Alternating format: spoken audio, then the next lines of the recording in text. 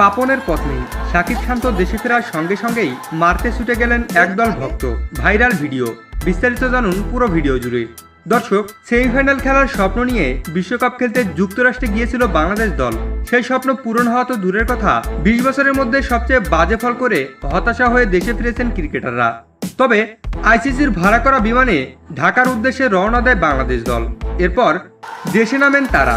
আর দেশে ফিরেই যেন কঠিন বিপদের সম্মুখীন শাকিব শান্তরা। কেননা এবারের বিশ্বকাপে বরাবরের মতোই ব্যর্থতায় ভরা ব্যাটসম্যানরা। এছাড়াও আফগানিস্তানের বিপক্ষে শেষ ম্যাচে বাংলাদেশের এমন হার যেন মেনে নিতে পারছে না ভক্ত সমর্থকরা।